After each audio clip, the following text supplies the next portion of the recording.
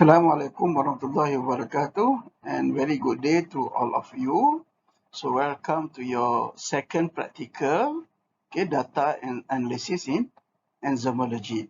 Today practical actually continuation from your first practical, but it bit differ because in the first practical, in your enzyme activity, you need to do some lab work for that and then analyze the data and then answer the question. But for today practical, you will given a scenario and then you need to solve the problem based on the theory that you learned in your lecture. For today's specific learning outcome, in terms of knowledge, after this practical, students should be able to first discuss the effect of competitive and non-competitive inhibitor toward enzyme kinetic, which is a Km and Vmax.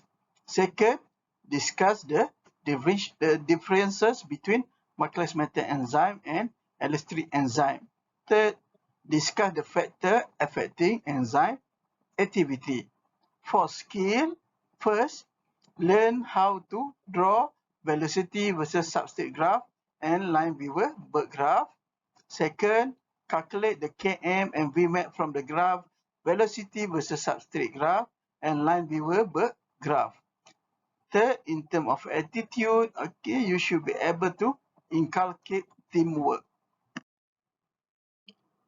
The content of today's practical is divided into three parts.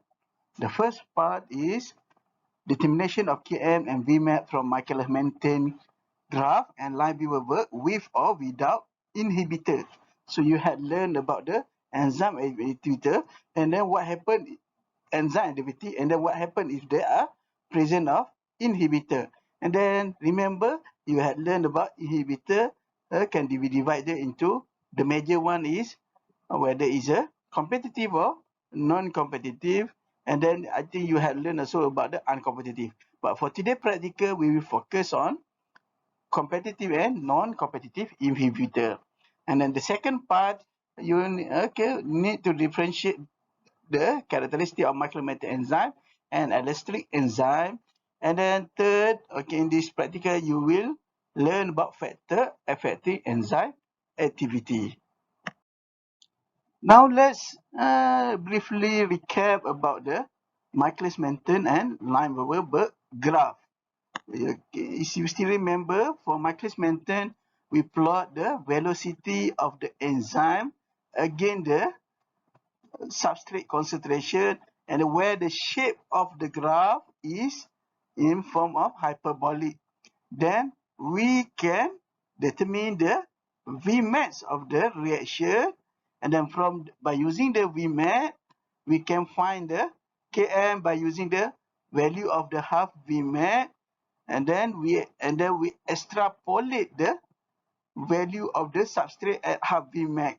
So the value of substrate at half Vmax actually is the Km, the affinity of the enzyme. So that's Michaelis-Menten. So do you see any problem when we were drawing the Michaelis-Menten enzyme? Actually, we have difficulties to determine the Vmax. If we cannot see the plateauing stage, it's very difficult to us, to determine the Vmax.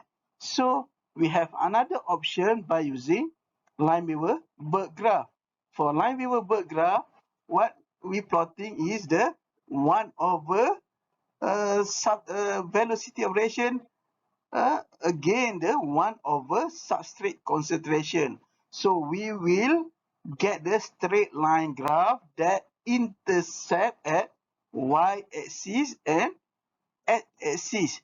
So what is the value at y-axis and x-axis? So the value at y-axis is a 1 over Vmax value.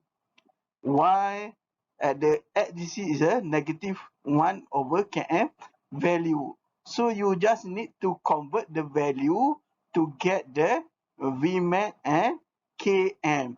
So the advantage of using Line-Berg, we can get the exact value of Vmax.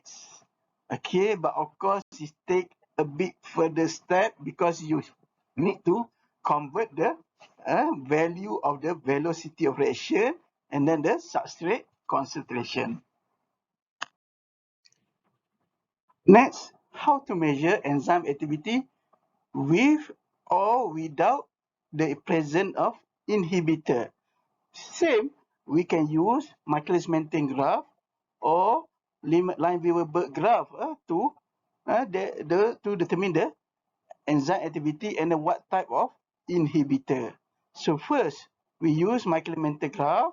Okay, so the first yellow line is a reaction of enzyme with inhibitor X, while in the orange one without inhibitor X.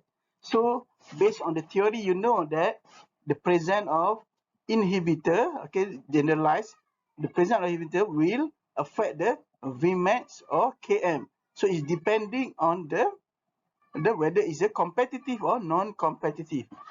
So by using Michaelis-Menten graph is a bit difficult to uh, to get whether to differentiate whether uh, there are different value of Vmax or different value of Km. So it is encouraged for students to use Lineweaver-Burke graph. So based on Lineweaver-Burke graph, we can get exactly, like I mentioned in this previous slide, the value Vmax. So based on the graph, okay, so for example here, black without inhibitor X, and then yellow with inhibitor X. We can get the value of 1 over Vmax there and 1 over Km. So from that value, then you can come up with the conclusion whether that's inhibitor is competitive or non-competitive. So let we recap again.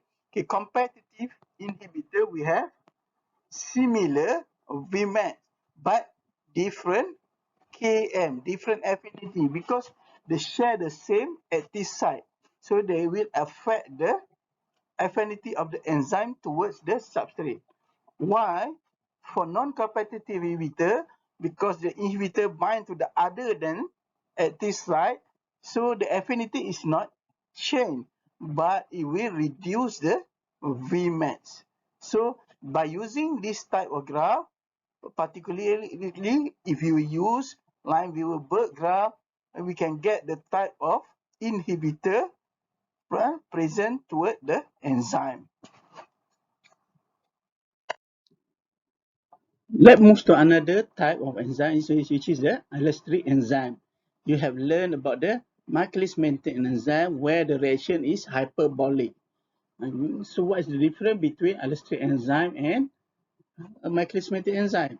Allosterate enzyme, because they have many active sites, so the reaction a bit different. So they have the sigmoid shape. Why? Because sigmoid shape? Because binding of what called substrate, binding of enzyme to substrate, we improve the affinity for the next binding site.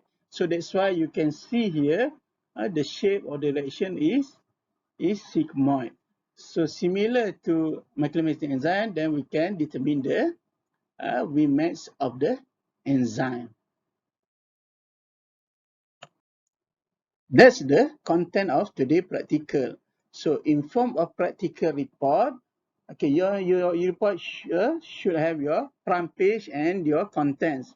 So your front page should include title of your practical, your name, your student number, and then your lab group. Okay, which group you belong to, and then the content. Okay, you should provide all the answer for all question, including the calculation, the graph. Okay, show in the graph where to find the Km value, where to find the Vmax value. Okay, I think that's all for today. Thank you. If you have any question, don't hesitate to contact me or any of your tutor, your SGS tutor, your practical tutor. Okay, if not, you can directly ask me. Okay, hopefully you enjoy this practical.